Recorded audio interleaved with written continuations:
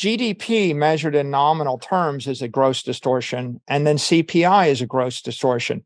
If I have 100 things that you want, and I pick 10 of them, and I measure the increase in the price of 10, and I ignore the price in the other 90, I can show you CPI is 8%, right? 8.3% is the number this morning.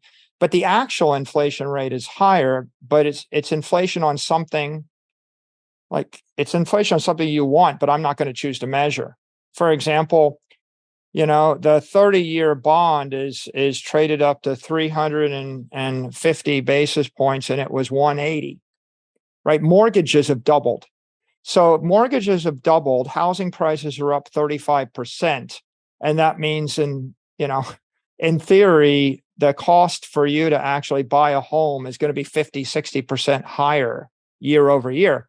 But I don't choose to measure it because we don't actually calculate CPI that way. I take a survey and I ask you whether or not you think you could raise your rent by something. And if the owner equivalent rent is up 3%, and I say that the inflation is 3 or 5. So we have a set of metrics that are just manufactured metrics, and then we focus on them, and then we talk about them.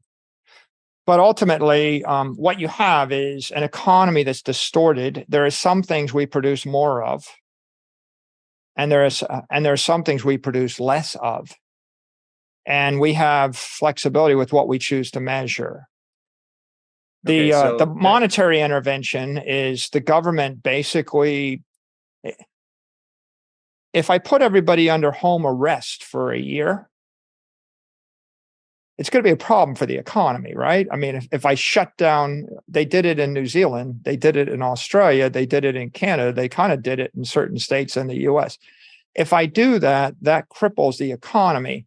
So while I'm doing that, then if I go ahead and I pump a lot of money in the system, right, then maybe I create a wealth effect and I can say, well, we're recovering. But ultimately, you never recover from the fact that nobody went to school for a year and nobody went to work for a year, right? You've lost that forever. You're just not measuring it. You can change your metrics, right? There's a saying, you write the winners write the history books. So the Romans remember the Carthaginians as being like evil, right? If we win the war, then we write out all of the good that our adversary did, and we write up all the good that we did, and we suppress all the bad that we did because we won the war. We write the history books, and so I think right now what you see in the economy is lots of distortion of numbers, lots of distortion of metrics. Right, the fact that we have a debate over whether we are in a recession or not is kind of laughable, right? Because we've been in a recession for 24 months. If you were measuring the production of goods and services. All you got to do is look at the variety of things that were available to you in January of 2020 versus the variety of things available to you today and the delays. If you've got 1/10 the selection and it takes 3 times as long to get it and it costs 20% more, how are you not in a recession?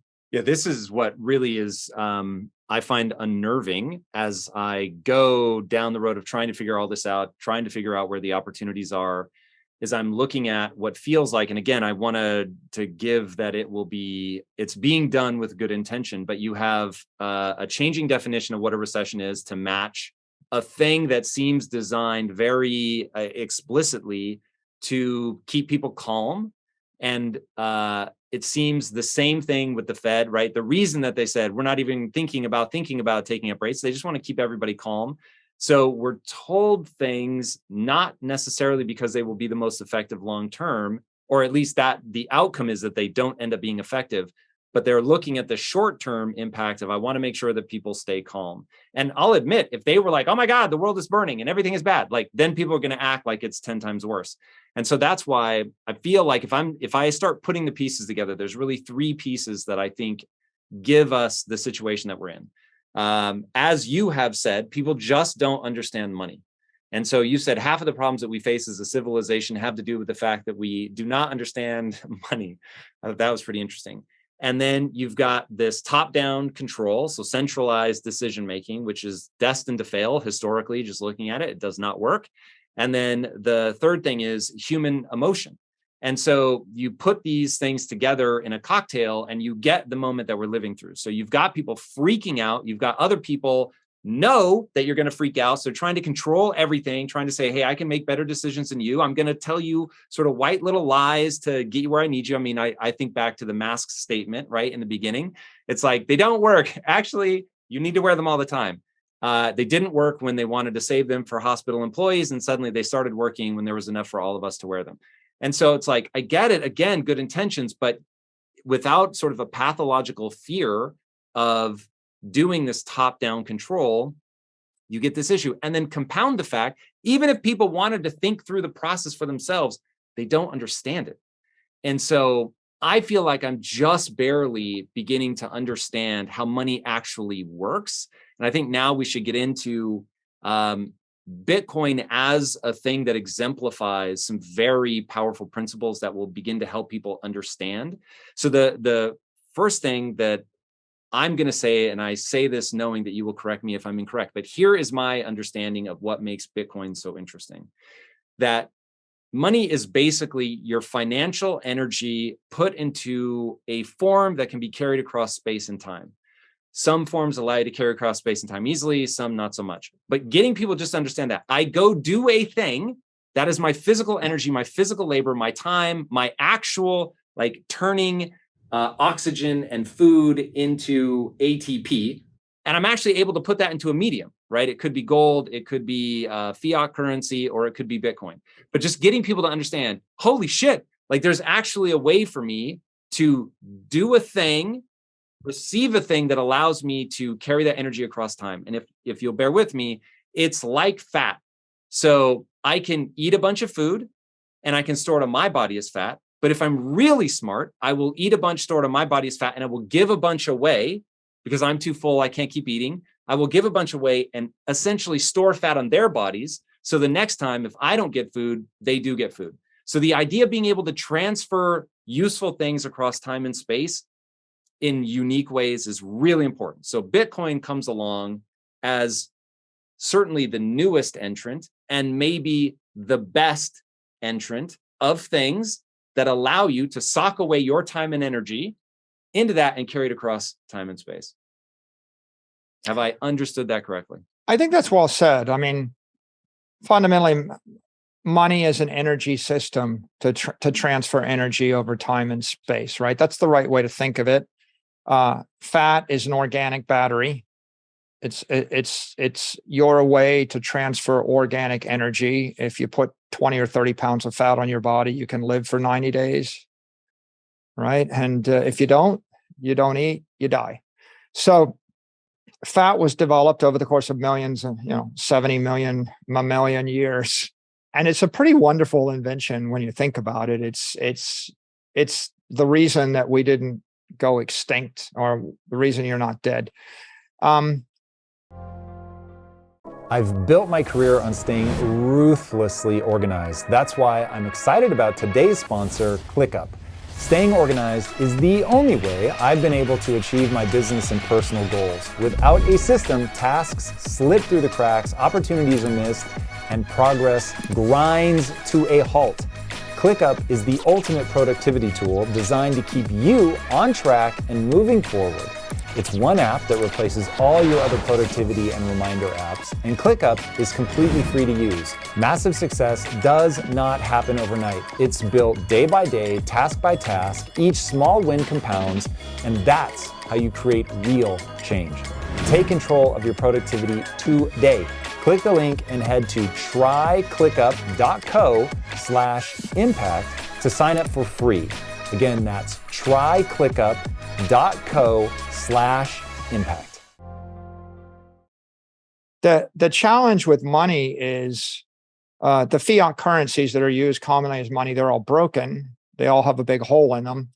And the big hole is inflation, period, end of story, or is there something else? The hole is we could call it inflation, but inflation is such a charged term because most people think inflation is CPI. The defect in fiat currencies is monetary inflation. It's the expansion in the money supply, not just the increase in consumer goods, because the CPI is a distorted, it's a submetric, right? If you look at the US dollar, the supply of dollars has been increasing 7% a year for 90 years. It's been increasing 15 to 20% a year for the past 2 years. Whoa. Right. Right. So the big people don't idea. think that's true. So it seems worth walk us through where do you get that number? Well, if you go back to 1930, my house in Miami Beach cost $100,000. And if you roll the clock forward to 2012, it cost $14 million. And today it would cost you $40 million. So it's 400 times more expensive than it was, 92 years ago. Now, if you back solve that, you'll find that works out to about a 6% or 7% annualized inflation rate, right? And if you go and you look at any kind of scarce, desirable asset, something that is you can't make any more of, you'll find typically they increase in cost about 7% a year normally. You can actually see, if you look at the market basket of things people want, like really good healthcare, really good education, a beach house in the Hamptons, artwork, Picasso's, right? That kind of stuff. That doesn't go up in price 1 or 2% a year. That goes up in price normally about 7% a year. And if you look at the price of a basket of stocks, like the S&P, the S&P has gone up about 10% a year. Well, the reason it's gone up 10% a year is because the money supply expanded at 7% a year, and then the underlying companies probably grew 2 or 3%, effectively. So you can figure this out for yourself if you just start to go and take samples of what stuff cost in 1971, what it cost in 1930, what it cost in the year 1950. And what you'll see is that for anything that's really desirable, like scarce energy that has energy content, it doesn't go up in price 2%. Now, the stuff that doesn't go up in price as expensive is stuff that's highly manufactured with low energy content, high information content. So, for example, a streaming video on YouTube, or something that could be stamped out in quantity 100 million at a time. Boxed food, right? Stuff, highly manufactured stuff that has machines generating it, or even better, something that's got cheaper, right? It costs a lot of money to listen to Beethoven's Fifth Symphony if the orchestra plays it in 1850, but it costs not that much to listen to Beethoven's Fifth Symphony if you're listening on your iPhone through your AirPods, right? So if I can strip the matter and the energy out of the product, I can provide that to you very cheaply. So the information content products got cheap, but steaks, right? More expensive, although there's a slight benefit. If you can manufacture 100,000 cows and I can use machines, right? Then that's a deflationary thing. One thing you can't easily manufacture more of is 3 acres of beachfront property in the Hamptons. That's very difficult, right? And if you look at the cost of a Palm Beach house, they're $100 million right now. Okay, so $100 million for a house on 2 acres or 3 acres in Palm Beach. Now ask yourself the question, why isn't that getting cheaper? That thing's going up a lot. So the problem, coming back to money, is fiat currencies aren't anchored in energy. When we were on the gold standard, theoretically, during the gold age, 1870 to 1914, if a dollar was convertible in a 20th ounce of gold, right, and you really pegged it hard to gold, then you're anchoring the currency into a hard asset. Now, gold isn't fixed in supply. The gold supply increases at 2% a year. 2 to 3% a year. So if you're on the gold standard, that means that the supply of money would be increasing at 2% a year, or otherwise doubling every 35 years. So money under the gold standard, perfectly executed, bleeds energy every 35 years. It's got a half-life of 35 years.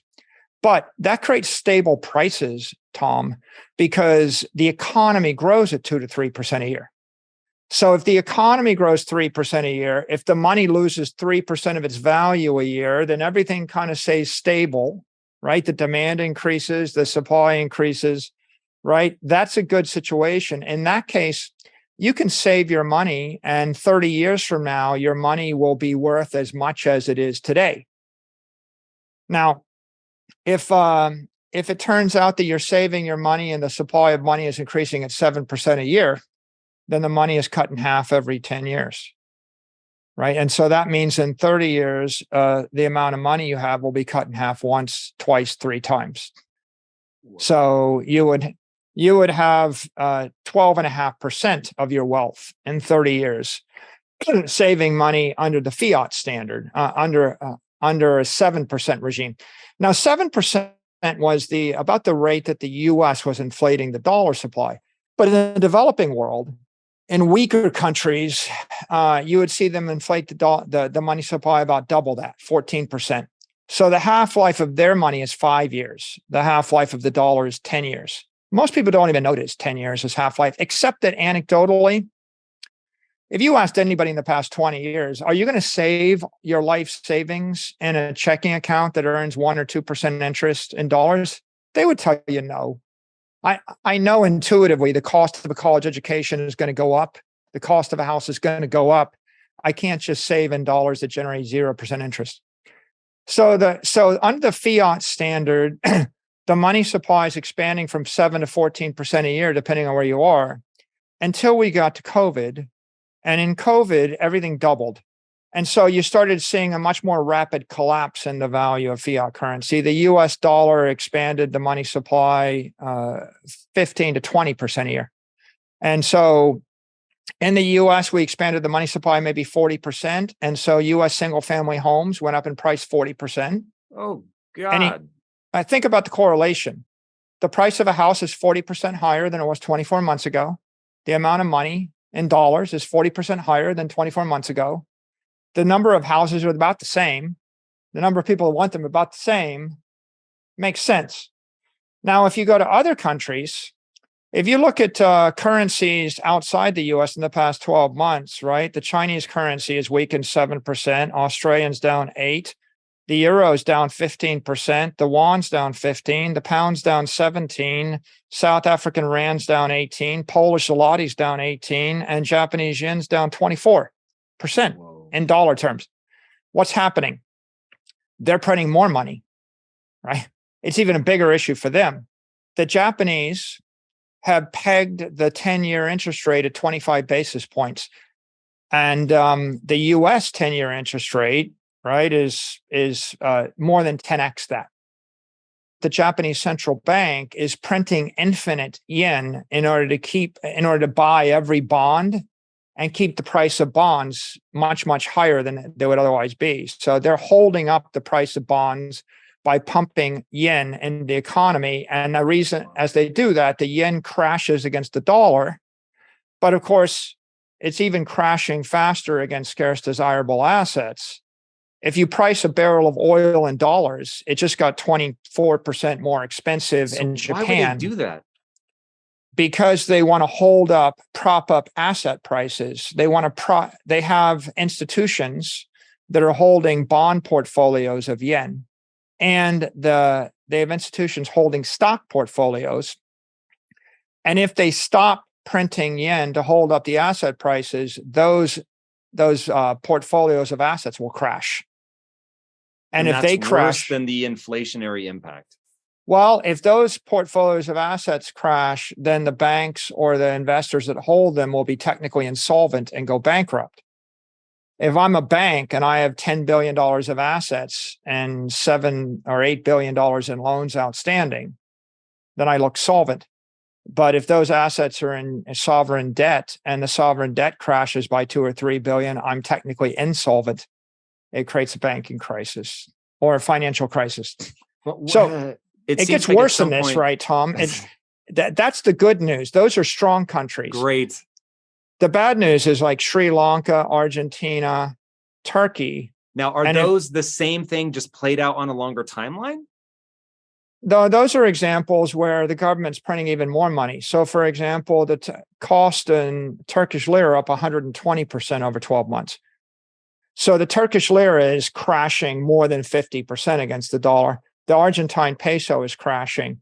In Sri Lanka crashed the entire economy and the government. How'd they do it? Well, first they made it illegal to use fertilizer to grow crops, and they kind of crushed the farming business.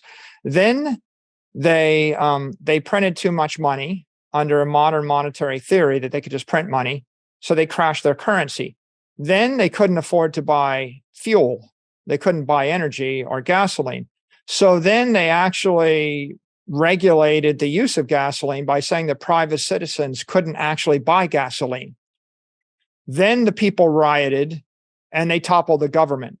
Because if you're going to starve me to death and freeze me to death and then lock me and deprive me of my car, right? You pretty much like ripped me back to the Stone Age, right? You're going to freeze to death, walk everywhere, and there's no food to eat. Why? Because it got excessive government intervention, right? These ESG policies that are totally irrational. So you can have irrational policies if you're rich. Let's go into ESG, because this is actually super controversial.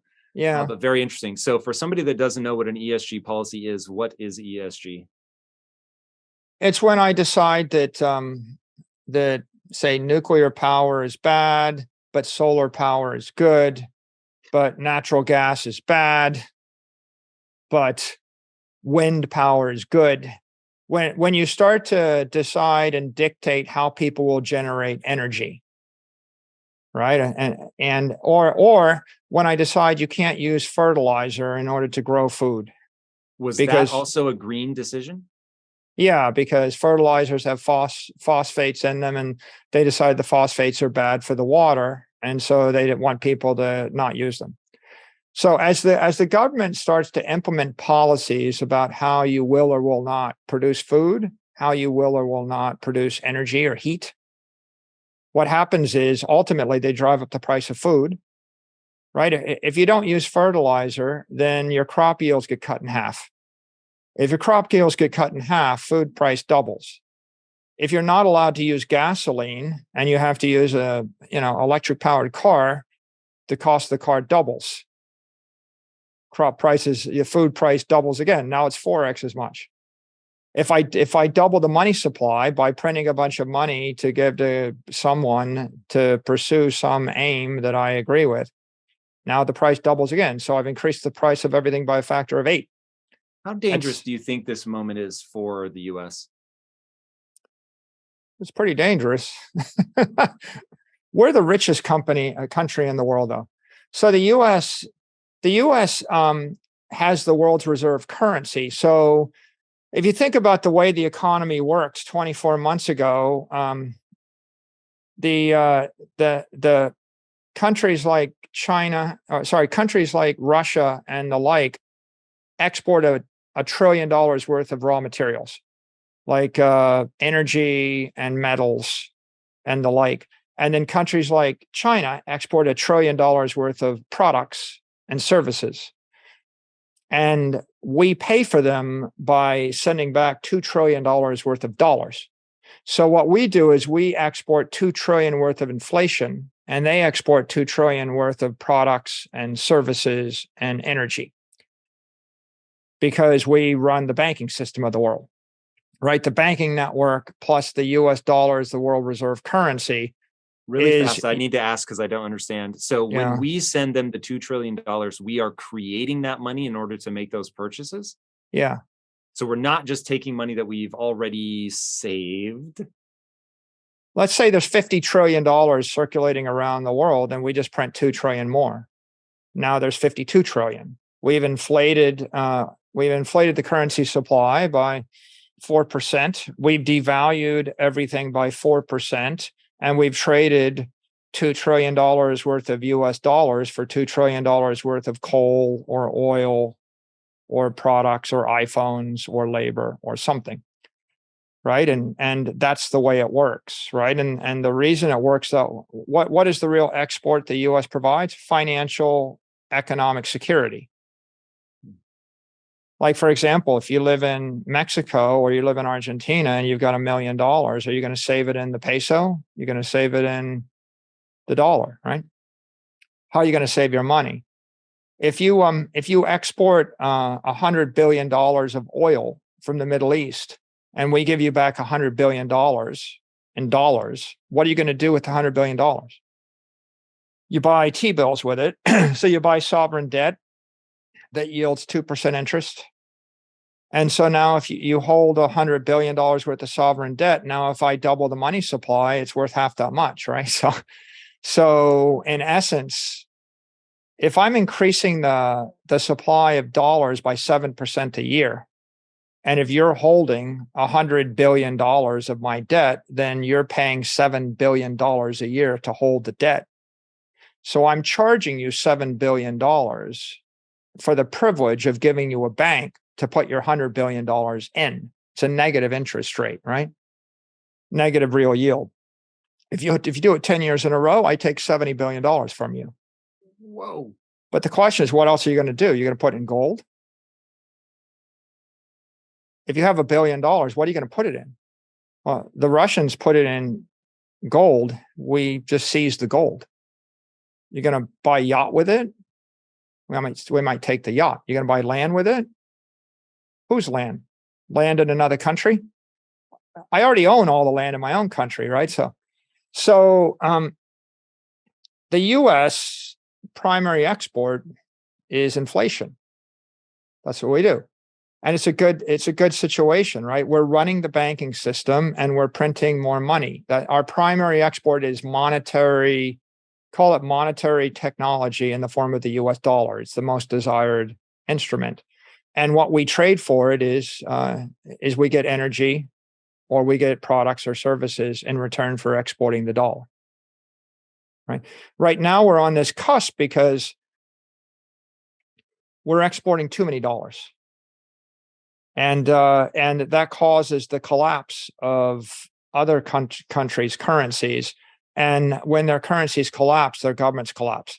So the U.S. won't collapse. The first countries to collapse will be Zimbabwe, Lebanon, Syria, right? Iraq, Iran, right? Not any country, not Iran, but Afghanistan, Iraq, South America, all throughout, they're all being destabilized. Sri Lanka.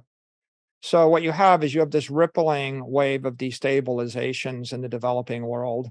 You have a weakening in the developed world.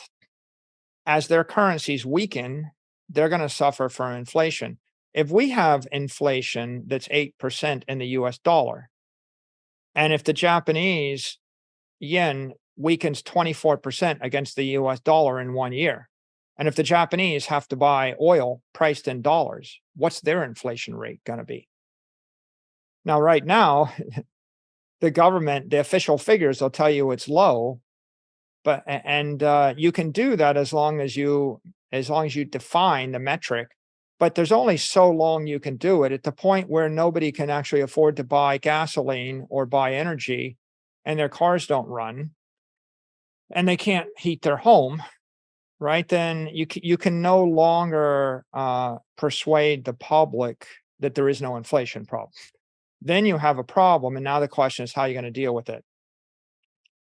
And of course, how does the government deal with it? First, they'll persuade you that they won't count this they won't include. Have you ever heard the phrase, a core inflation doesn't include the highly volatile food and energy? I haven't, no, but that Right. sounds. There's actually an inflation measure, core inflation, that does not include food and energy. So first, I'll try to persuade you not to actually pay attention to the cost of food and energy. But at Okay. some point, I'll accept it, but I will pick a different measure of food and energy. I'm not going to measure the cost of a steak. I'm going to measure the cost of a soybean burger, right? I'm going to measure the cost of manufactured, agricultural grain products that are cheaper. I'm not going to measure the cost of some organic vegetable that's more expensive.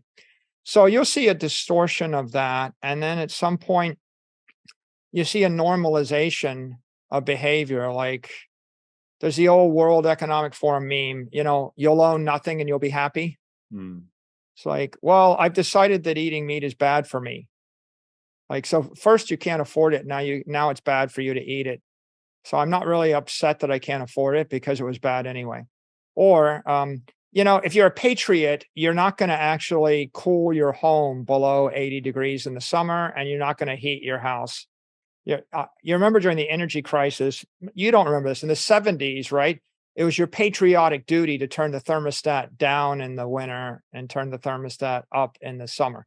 So this happens in wars too, right? In a war, it becomes your patriotic duty to do without, right? To Yeah, ration. in a war, I get it. Obviously assuming that it's a justified war, but I would like to go back to this idea of the government basically not getting you to look at one, I want to tie this back to, we started this because we were talking about the green mandates having a knock-on effect that people aren't paying attention to.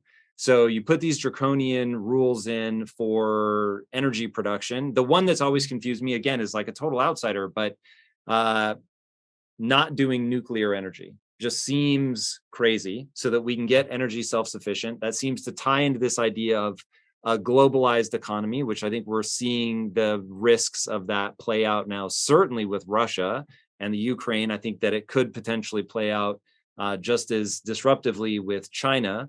But so you've got this belief in globalization. So now I believe, I can get my energy from Russia or from wherever, and so we're going to be fine. We don't need to do these, ultra high risk nuclear things. But you start putting in these, is ESG, what is the initials? Environmental, social, and governance. Okay, so you've got the ESG rules, forcing people to do things a certain way, which don't necessarily have all the economic consequences that we would like. Very negative. Okay, now as inflation starts to happen, we've got the government saying, well, don't look at food and electricity, which seem like the two things you're going to interface with constantly. How do we, what is the path out of that? Like, that seems really high risk in terms of negative impact on the individual person really beginning to struggle. They're going to start asking, why am I being asked to give up all this? And then if you don't have a really good justification, then they're going to rebel, which gives the government an incentive to come up with a really good justification, which makes me nervous. Well, the problem is too much government. And the most dysfunctional societies are the ones that have the strongest, most pervasive governments, because they're the ones that can actually take the economic decisions to cripple the economy completely and utterly. No checks and balances. So the impact and the damage of the lockdowns was much worse in Canada and Australia and New Zealand because they had strong centralized governments, and it was weaker in the US because we had state governments. If it wasn't for Florida and Texas, we might not have ever reopened our economy, right? But the fact that that Florida and Texas reopened and people functioned became the incentive or the air cover for New York and California to reopen. So, if you're an individual, the solution is you run to the place with the least government, figure out where that is. And you run away from the place with the most government, because the most authoritarian government is probably going to choke you to death. If you're politically engaged, the answer is is vote for and lobby your politicians for less government, right? As long as politicians think government is the solution, you'll get more of it. When they start thinking that government is the problem, you'll get less of it. All of the problem we have here is we don't have one war, we have 12 wars. We have the war on terror, we have the war on misinformation, we have the war on carbon, we have the war on culture, we have the war in Ukraine, we have the war, fill in the blank, on radical Islam, we have the war for democracy. There's so many different wars, and a single terrorist event. Look at what happened in 9/11. Two things. One, we decided we're going to go to Iraq, and we fought a war in Iraq. A country had nothing to do with 9/11. And it cost us, $1 trillion, and how many lives? And then we also implemented TSA restrictions and security restrictions. And so even to this day, we're now 22 years later, you can't get on an airplane, without going through a horrific amount of security issues. And ostensibly, all that security is to keep you safe in the airplane. But if I wanted to blow up a bomb, I could just walk into the security line of the airport and blow up the bomb without going through that. And if I really was a terrorist, I could just walk into a church or walk into any restaurant or any other public gathering space where there are just as many people. And so we didn't really get more security. What we got is more authority, more of a police state. And so each of these incidences, a terrifying thing, right, becomes an excuse for the government to encroach more on freedom. I don't know that it's easy to actually fix that problem in any given country, right? Not so easy. But on a minor level, right, you can campaign for freedom in your municipality or your county or your state, maybe.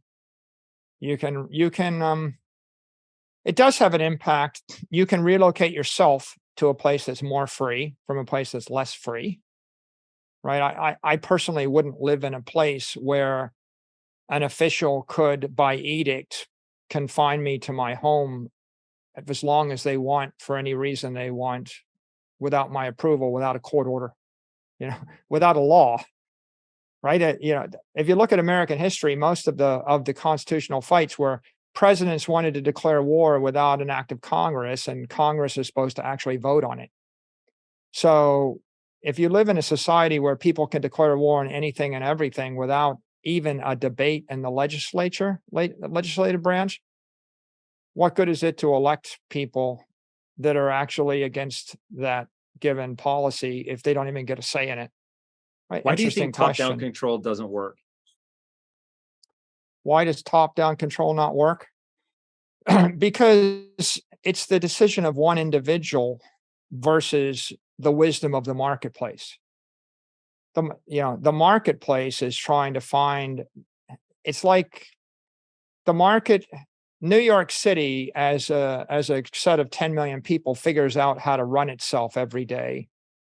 And if one person got up in the morning and decided they were going to issue orders to all 10 million people and tell every one of them when to go to the bathroom, it probably wouldn't work so well, right?